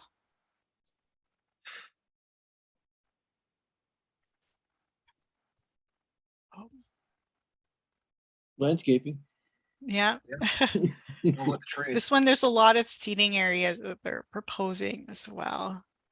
Is there residential there too as well, or just commercial? There is some residential as part of this larger development. For this site plan, the developers just applied for the commercial areas first. So the residential are subject to a different site plan application.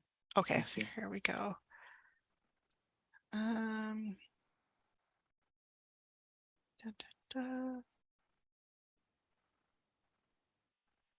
They're showing a number of different crosswalks throughout the site. Yeah, so another crosswalk here. Yeah, so I think they have shown quite a number of different crosswalks in different locations. And concrete pathways along each of the buildings as well. So for example, for this grocery store where there's this cluster of accessible parking spaces, they've shown drop curbs here that would lead to this area with a pathway leading to the main entrance of the building. Yeah.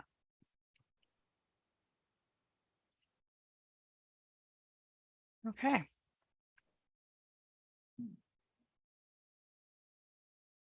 Yeah, there's a lot of the cuts, and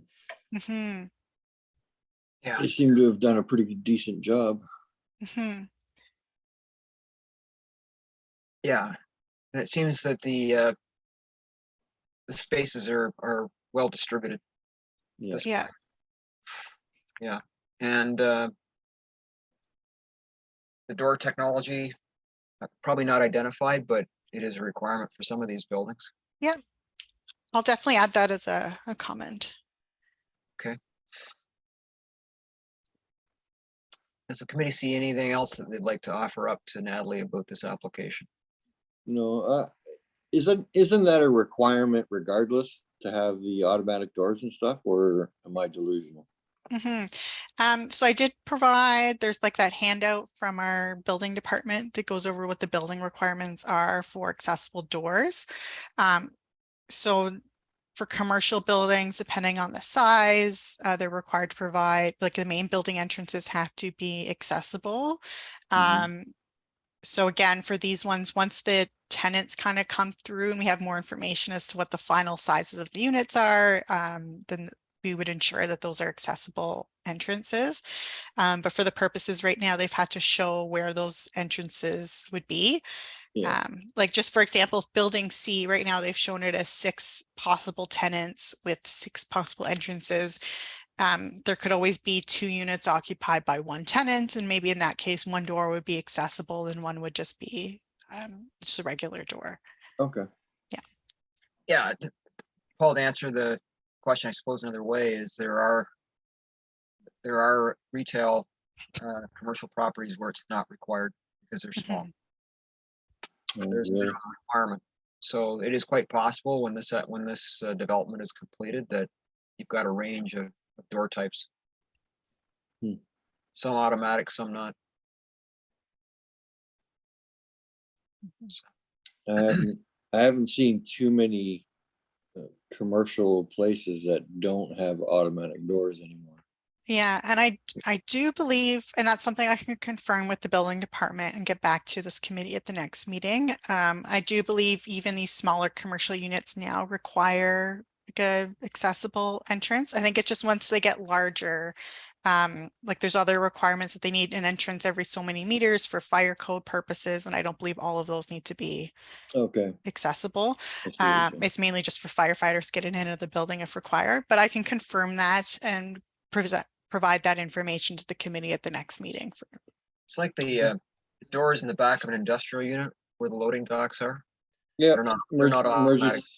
Yeah, Right. emergency exits and stuff like that. They're not Exactly. required. Yep. Okay. Any other questions of Natalie with respect to this application? I would just like to ask what the signage might look like to help indicate where those parking spaces are. The signage for the For accessible handicap parking parking? spaces. Yep. Yeah. So we do require that they provide an accessible parking signage detail. Just gonna see if there's a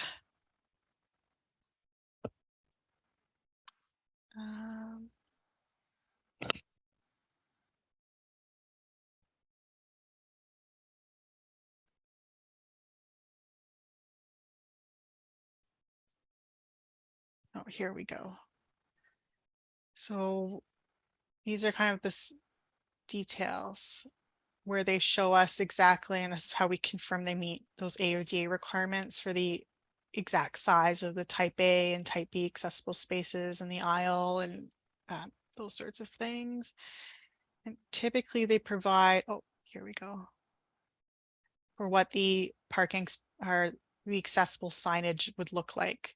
So for type A, they've shown it as van accessible. Type B, they don't have that van accessible sign, but these are kind of the standard signs that would be at each of the accessible parking spaces. But I go back to my thing again. People with just the regular permit can also park in van accessible. Yes, that's correct. Yeah, that's not good. Could we consider signage maybe in the building to help locate where those parking spaces are? Within the commercial, like users to Yes. we could, in this case, there's no like center vestibule or anything. Like each commercial unit would have its own separate entrance outside. And they have, in this case, we'll just zoom up. Like each cluster of commercial buildings would have its own accessible spaces. So for example, this building E has 2 spaces, building F has 2 spaces, building G has 2 spaces. So I do think it will be easy to see where those spaces are when you're accessing the commercial units.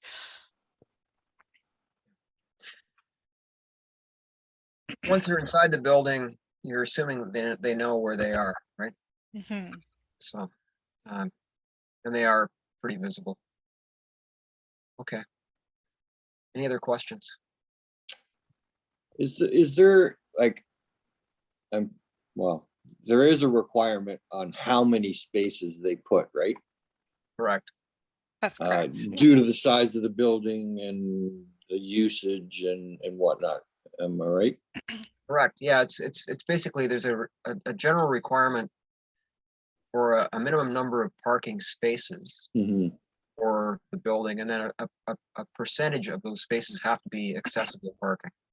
Now, is there any way to increase the number of those spots? Like, Yes, that's why you need to talk to Parham Gill. okay. This is provincial legislation. This is not Yeah, municipal yeah. legislation. Yeah.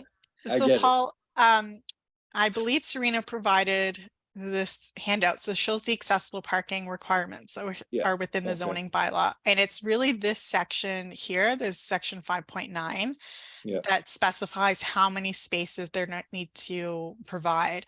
And this comes right out of the accessibility for Ontario's with Okay. DA Disabilities Act. Yeah. It's the exact same requirement. It's just implemented through our zoning bylaw. So for example, if they have 1,000 spaces, they have to provide 11 accessible parking spaces plus 1% of that 1,000. But this So is it's so a it's calculation. so outdated. It's not funny though. That's the problem. Yeah, and that's something, as our chair said, to Yeah. update, like we would have to update the AOD Act to require more Yeah. parking spaces. These are the minimum requirements that all municipalities across Ontario have to provide. Yeah.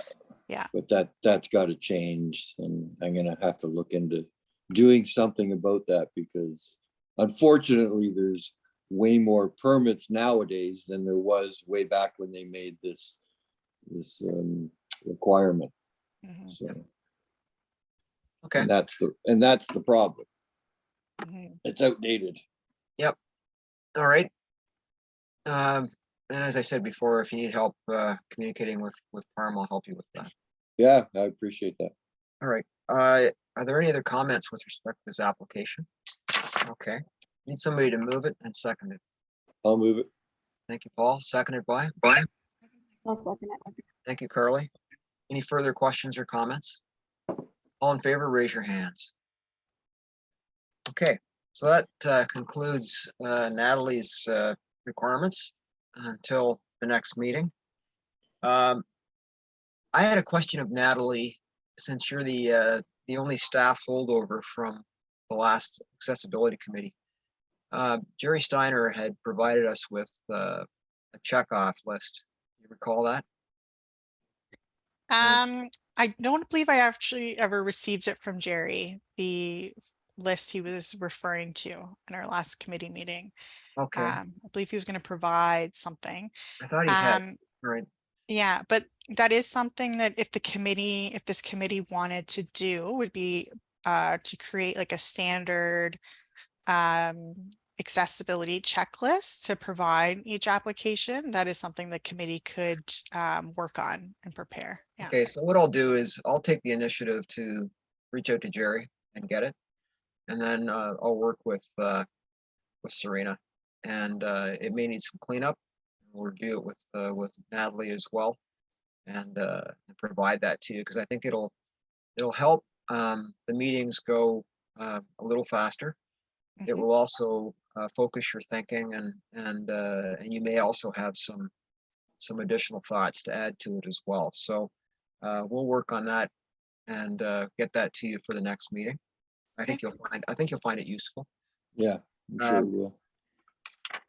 Is there anything else that anybody wishes to say to staff or myself or to each other before we adjourn? I just wanted to thank you, Councillor, for all of your insights and good questions for us to look out for.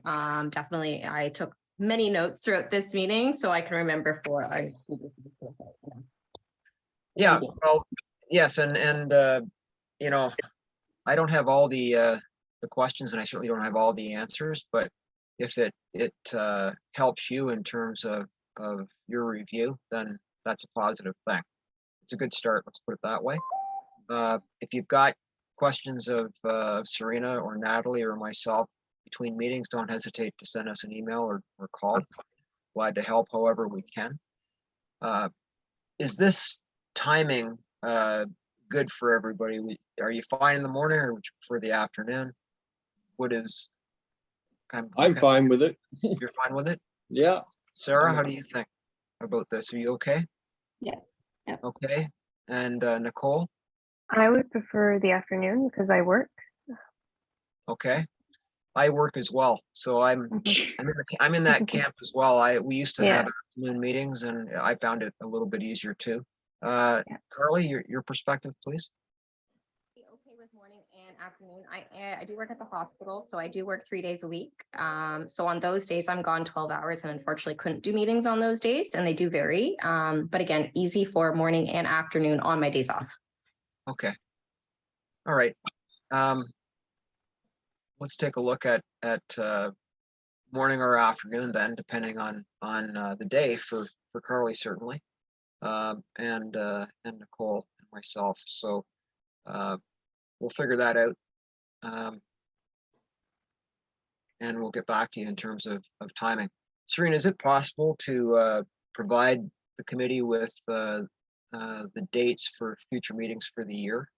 Yes, that is possible. I'll speak with my team just to confirm those dates and then send an email out to everyone. And that may help us all in terms of scheduling our business activity. For sure. Okay. Any other questions or comments? I pick up my shift at work, so if I do know the meeting ahead of time, I can make sure that I don't give myself stuff on that part. Okay, perfect. All right. We are a committee, so we don't need anybody to move or second adjournment. So we are adjourned, and thank you all for your participation. I hope that it was educational, and I hope that you enjoyed it and are able to attend the meetings regularly over the next 4 years. So goodbye, everybody, and thank you. Thank you. Bye. Thank you, everyone. Take care. Bye-bye. Bye.